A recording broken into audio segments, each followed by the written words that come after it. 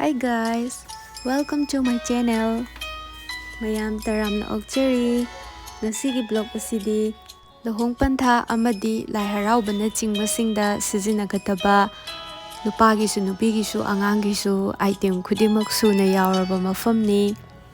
Jizeba store mafamna Khongjom Bazar.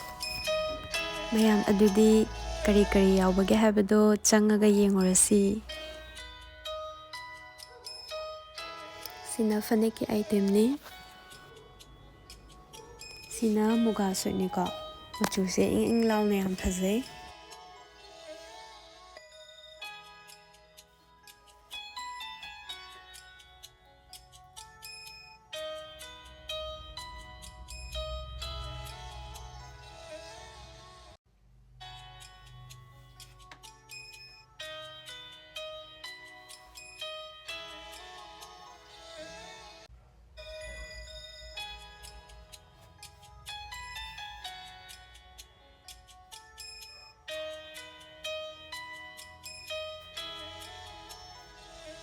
Sina fanek naibigi items.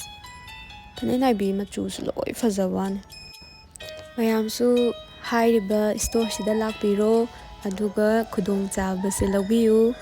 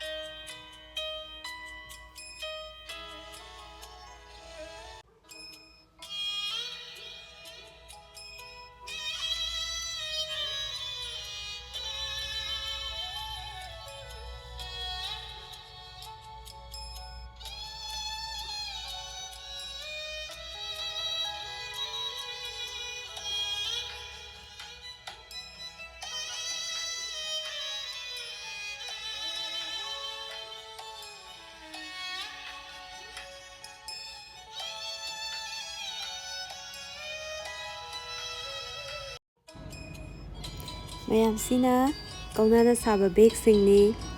Kaunana saba bag singda makal gi design loina suna leire. Mayam aduna hantaki April tha faugi manungda laaga leibiragadi hairiba discount asi phangdoini. Aduna April tha loidringaida mayam leisinna horo. Mafamna Khongjom Bazar.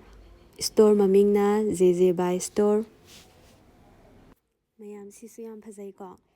Aduna hairiba store sida lakpiraga yengbana hena makhangi kaunana saba handbag sing uba phangani. Mayam sisu yam phajai. Piktak tawraga yam haidi nushibado oyaba.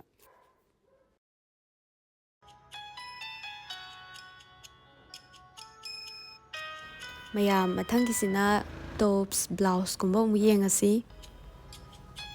Mafamsida khwaidagi khudong chaba amana aikoina apamba design da costume tawbagi khudong chaba su mafamsida leijai.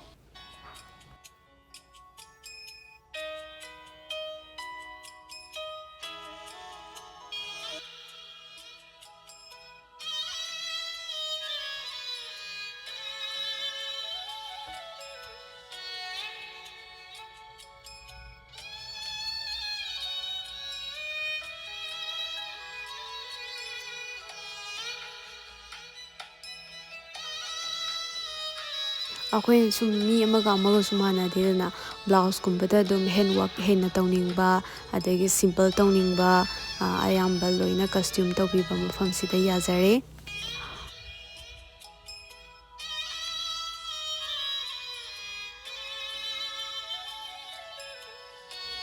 Mayam sina khamen ban chatpa phaijom singni.